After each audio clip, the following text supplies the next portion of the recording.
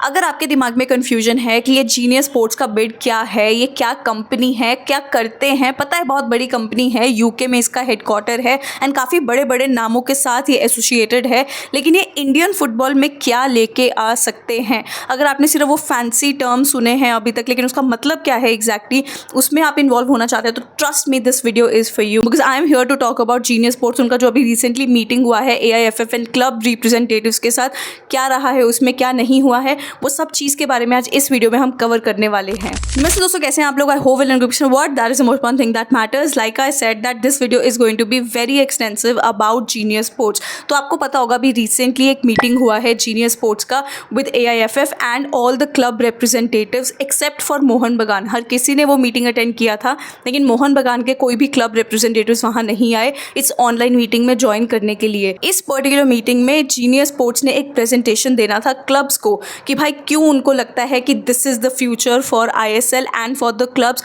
And कैसे उनको भी बेनिफिशियल ये हो सकता है। क्योंकि AIFF कहीं ना कहीं काफ़ी टाइम से ही, जब से बिड्स आए हैं तब से सेटिस्फाइड था ही कि हाँ जीनियस स्पोर्ट्स के साथ ही जाएंगे। उसका एक रीज़न ये भी है क्योंकि जीनियस स्पोर्ट्स का जो बिड है वो बहुत भारी है, बहुत तगड़ा है, लॉन्ग टर्म है एंड काफ़ी पैसा वो डालने वाले हैं ISL में, जिसकी वजह से AIFF वाज लाइक भाई this is the way to go. But clubs were not satisfied, जिसकी वजह से क्लब्स चाहते थे कि उनकी जितनी भी क्वेरीज हैं, क्वेश्चंस हैं, वो उनसे और बात करना चाहते हैं, डायरेक्ट बात करना चाहते हैं, जिसकी वजह से ये पर्टिकुलर मीटिंग हुआ था। और इसका कंक्लूजन जो मीटिंग का रहा है वो काफ़ी सेटिस्फैक्ट्री है। काफ़ी सारे क्लब्स खुश होके गए हैं इस मीटिंग से। पर आप लगा लो मोटा मोटी जीनियस स्पोर्ट्स ही होने वाला है जिसको कमर्शियल राइट्स मिलने वाले हैं। क्लब्स काफ़ी हद तक सेटिस्फाइड हो चुके हैं जैसे मैंने बताया, लेकिन अभी भी एक अच्छा प्रेजेंटेशन उनको दोबारा बनाना है एग्जीक्यूटिव कमेटी के लिए, फिर जनरल बॉडी में प्रेजेंट किया जाएगा, तब जाके फाइनलाइज होगा। तो अभी भी काफ़ी स्टेप्स बाकी हैं। तो अभी हम यहाँ पे बैठे हैं बात करने के लिए कि ऐसा क्या किया जीनियस स्पोर्ट्स ने मीटिंग में जिससे कि काफ़ी क्लब्स जो कि इतने ज़्यादा खुश पहले नहीं लग रहे थे, सडनली उन्होंने अपना व्यू पॉइंट चेंज किया। तो मैं आपको बता दूं जीनियस स्पोर्ट्स ने प्रेजेंटेशन में क्या बोला था। उन्होंने बोला कि देखो हम चाहते हैं कि फ़ैन इंगेजमेंट हम बहुत बढ़ाएंगे, मतलब जो इन स्टेडियम एक्सपीरियंस होता है मैच देखने का वो हम फैंस के लिए बहुत अलग लेवल करने वाले हैं। दूसरा उन्होंने बोला हमको क्लब्स के साथ मिलके चलना है, तो जो रेवेन्यू शेयरिंग मॉडल है उसके बारे में उन्होंने बात किया। फिर उन्होंने बात किया कमर्शियल सस्टेनेबिलिटी को लेकर, उन्होंने रोल ऑफ टेक्नोलॉजी के बारे में बात किया कि किस तरीके से अगर हम ISL में लेके आएंगे तो बहुत बढ़िया प्रोडक्ट हम लोग बना के बेच सकते हैं एंड रेवेन्यू जनरेट कर सकते हैं। जैसे मैंने आपको बताया था कि रेवेन्यू शेयरिंग मॉडल है, तो पहले इसी के बारे में बात कर लेते हैं, फिर हम डीप घुसेंगे जीनियस स्पोर्ट्स के बारे में कि क्या कंपनी है, किन के साथ ये पहले कोलैब कर चुका है और उसमें ये क्या लाया है टेबल पे, वो सब के बारे में बात करेंगे।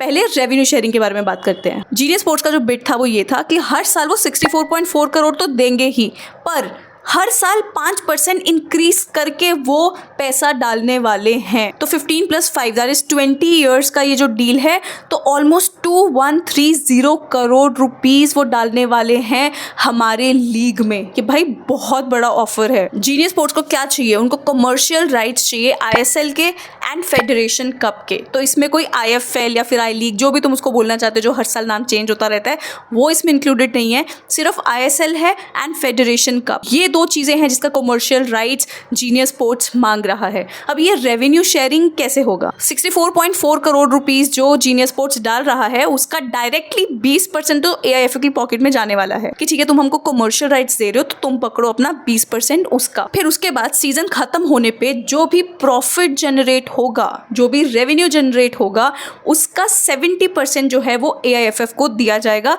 बाकी जो जीनियस स्पोर्ट्स है वो अपने पास रखेगा। तो ये जो 70% AIFF को दिया जाएगा, इसमें से जो 60% है वो क्लब्स को दिया जाएगा। लेकिन अगर मान लो कि कुछ प्रॉफिट हुआ ही नहीं, सिर्फ लॉसेज हुए, तो उसको नेक्स्ट ईयर पे डाल दिया जाएगा। This is the revenue sharing model. तो इस तरीके से जीनियस स्पोर्ट्स ने अपना बिड रखा है और यही है बिड जो मैंने आपको बताया। अभी हम बात करते हैं जीनियस स्पोर्ट्स है क्या। जीनियस स्पोर्ट्स एक sports data and technology company है। इसका हेडक्वार्टर यूके में है। तो बेसिकली जिसके साथ भी ये पार्टनरशिप करते हैं उसके साथ डेटा एंड ब्रॉडकास्ट इंफ्रास्ट्रक्चर ये उनके लिए तैयार करके देते हैं। आपको पता है बड़े बड़े पार्टनर्स हैं जीनियस स्पोर्ट्स के अभी तक। तो जैसे कि प्रीमियर लीग को ये लोग ऑफिशिएट करते हैं, नॉटिंघम फॉरेस्ट के लिए इनका एनालिटिक्स के लिए इनका पार्टनरशिप बना हुआ है। तो अगर मैं बोलूँ फैन एंगेजमेंट, तो LA रैम्स के साथ इन्होंने उसमें पार्टनरशिप किया हुआ है। अभी 2026 में स्विस लीग के भी ये पार्टनर बन चुके हैं कमर्शियल राइट्स के। तो इस तरीके से बहुत डिफरेंट कंपनीज में इन्वॉल्व हैं। यूरोप में इनका डेटा ड्रिवन टेक्नोलॉजी काफ़ी यूज़ होता है। किस तरीके से यूज़ होता है अभी उसके बारे में बात बात करते हैं। जैसे मैंने आपको अभी बताया LA रैम्स के साथ इनका फैन एंगेजमेंट का पार्टनरशिप है, तो वो क्या है? तो जो भी स्टेडियम में मैच देखने जा रहे हैं उनको पूरा data driven immersive augmented experience मिलेगा when they go to watch matches. बहुत बेटर ब्रॉडकास्टिंग टेक्नोलॉजी होगा और उसके बाद डेटा ड्रिवन बेटिंग या प्रिडिक्टर गेम्स होते हैं, ये सब का एक्सपीरियंस फैंस ले सकते हैं। तो इस तरीके से ये लोग फैन एंगेजमेंट करते हैं, तो वो LA रैम्स के लिए यही कर रहे हैं। दूसरा मैंने बताया था ये ऑफिशिएटिंग पार्टनर है प्रीमियर लीग के साथ, और वो कैसे? ये लोग सप्लाई करते हैं और इंप्लीमेंट करते हैं semi automated of side technology. तो ऑलमोस्ट 30 कैमराज इन्होंने अराउंड द स्टेडियम्स लगाए होते हैं कि जिससे बहुत ईजिली प्रिडिक्ट कर पाएंगे अगर कोई ऑफ साइड है या नहीं है। तो वार टेक्नोलॉजी से भी बहुत ज़्यादा सुपीरियर इनका टेक्नोलॉजी है। बेसिकली इनका मोटिव इसमें यही है कि फुटबॉल इतना फास्ट पेस्ड गेम होता है, तो उसमें जो रेफरी के डिसीजंस होते हैं ना, वो बहुत लंबा टाइम ना ले ले और वो फ्लो ना खराब कर दे गेम का। तो फ्लो बना रहे गेम का एंड बेटर डिसीजन मेकिंग रहे, उसके लिए ये वाला जो टेक्नोलॉजी है ये इंप्लीमेंट कर चुके हैं प्रीमियर लीग में, एंड ये इनका बहुत सुपीरियर प्रोडक्ट है। मैंने आपको बताया था एनालिटिक्स पार्टनर है ये नॉटिंघम फॉरेस्ट के साथ, और इसका मतलब क्या है? ये क्या करता है ना, परफॉर्मेंस स्टूडियो प्लेटफॉर्म देता है जिसमें बहुत एडवांस्ड इंटीग्रेटेड वीडियोस होंगी जिससे कि परफॉर्मेंस बहुत इनहैंस हो सकती है। डेटा एनालिटिक्स टूल्स देता है और ये बताता है कि किस तरीके से टीम का परफॉर्मेंस रहा है, किस तरीके से इंडिविजुअल परफॉर्म कर रहे हैं और कैसे वो बेटर कर सकते हैं। कोच को बहुत अच्छा आइडिया हो जाता है कि कौन कैसे खेल रहा है, कैसे पासेस जा रहे हैं, क्योंकि जब आप और मैं गेम्स देख रहे होते हैं ना, वैसे ही वहाँ पे जो कोचेस हैं वो भी वैसे ही गेम देख रहे हैं। ऐसे तो है नहीं कि उनके दिमाग में वो डेटा चल रहा है कि किसने कितने पासेस किए हैं, किसने कितने बैकवर्ड पासेस किए हैं, कितने अटैकिंग ऑप्शंस बनाए हैं। सबके पास सेम ही डेटा होता है, कोई भी वहाँ पे बैठ के ये सब नहीं काउंट कर रहा होता। तो ये जो कंपनी है वो ये हेल्प करता है कि किस तरीके से ये डेटा प्रोवाइड कर पाए और जो टीम है उसका परफॉर्मेंस बढ़ा पाए, इंप्रूव कर पाए। यहाँ तक कि सेट पीसेस का 3D मैपिंग करके देता है कि कैसे सब अलाइन थे, कैसे गोल हो सकता था, कहाँ से पॉसिबिलिटी था। मतलब आप समझ लो क्या एक्सटेंट है इस पर्टिकुलर टूल का कि क्या कुछ कर सकते हैं। 2026 में स्विस फुटबॉल लीग का ये लॉन्ग टर्म कमर्शियल पार्टनर बन चुका है। कैनेडियन फुटबॉल लीग का भी ये कमर्शियल पार्टनर था एक टाइम पे। इनका जो ट्रैकिंग टेक्नोलॉजी है वो वन ऑफ द बेस्ट है, एंड इनका एक AI प्लेटफॉर्म है कॉल्ड जीनियस IQ। वो इन्होंने ऑलमोस्ट सारे यूरोपियन स्टेडियम्स में इम्प्लीमेंट कर दिया है। ये जो जीनियस IQ AI प्लेटफॉर्म है ये स्विस लीग में भी इम्प्लीमेंट होगा, एंड इसमें क्या होता है, बेटर इमर्सिव एक्सपीरियंसेस होते हैं जैसे मैंने बताया था, एंड फास्टर डिसीजन मेकिंग होता है, ऑफिशिएटिंग एक्यूरेसी इंक्रीज होता है, परफॉर्मेंस इंसाइट्स मिलते हैं। तो इस तरीके से जीनियस स्पोर्ट्स का जो डेटा ड्रिवन टेक्नोलॉजी है स्पोर्ट्स के ऊपर वो इम्प्लीमेंट हो रहा है। ऑलमोस्ट 150 कंट्रीज़ के साथ इसका पार्टनरशिप है। तो आप समझ सकते हो कि क्या बड़ा कंपनी है ये। जब ये ISL में आएगा, जिस तरीके का ये प्रोडक्ट बेचेगा वो ग्लोबली कितना इम्पैक्टफुल हो सकता है। अभी तक तो सब बहुत पॉजिटिव लग रहा है और लग रहा है कि यार हम क्यों नहीं साइन कर रहे हैं, मतलब दो ना डील और क्या। लेकिन at the end of the day we have to understand कि यूरोपियन फुटबॉल में जिस तरीके का क्वालिटी एक्सपेक्टेड है इस कंपनी से वो वैसा डिलीवर कर रहे हैं। But at the end of the day we are in India, we know how badly football is being managed here. एक कमर्शियल पार्टनर इतना तगड़ा आ जाएगा, उसके आने से ही पूरा का पूरा लीग, पूरा का पूरा क्वालिटी इंप्रूव हो जाएगा, ये नहीं हो सकता। No matter how many immersive fan experiences they give in the stadium, the quality on the pitch has to improve first. AIFF has to make better decisions over everything कि कब matches कर रहे हैं कब नहीं, ये सब बहुत इंपॉर्टेंट होता है। तभी जाके ये जो टेक्नोलॉजीज़ हैं, जो ये डेटा ड्रिवन चीज़ें हैं हम यूज़ करने का सोच रहे हैं, हम सोच रहे हैं कि पता नहीं क्या एक्सपीरियंस मिलने वाला है, वो तभी होगा अगर AIFF अपना काम ठीक करेगा, अगर क्लब्स अपना काम ठीक करेंगे, अगर प्लेयर्स अपना काम ठीक कर रहे हैं, क्योंकि it's an overall ecosystem that has to change, that has to improve. Now we are going to talk about the problems I have with Genius Sports और दिस पर्टिकुलर बिड। देखो सबसे पहले मेरी प्रॉब्लम ये है कि हम इतने लॉन्ग टर्म बिड्स में क्यों जाते हैं। 15+5 मतलब 20 साल भाई ये डील रहने वाला है, हम रिन्यू नहीं करवा सकते क्या कुछ सालों बाद? ये मेरा प्रॉब्लम है कि क्यों हम ऐसे हो जाते हैं कि हाँ ठीक है 20 साल तक ये हैं, अभी हम बैठे हैं अपनी कुर्सी पे आराम से, हमने कोई दिक्कत नहीं है, हमको कुछ सोचना नहीं है ज़्यादा, अब 20 साल के बाद देखेंगे। What if it doesn't work out, what is this partnership doesn't work out, why can't it be like कि हाँ ठीक है 3 साल के लिए डील रखते हैं, फिर ऑटो रिन्यू कर देंगे, फिर रिन्यू कर देंगे। I think that would have been better. Why such long term deals? That is my first problem.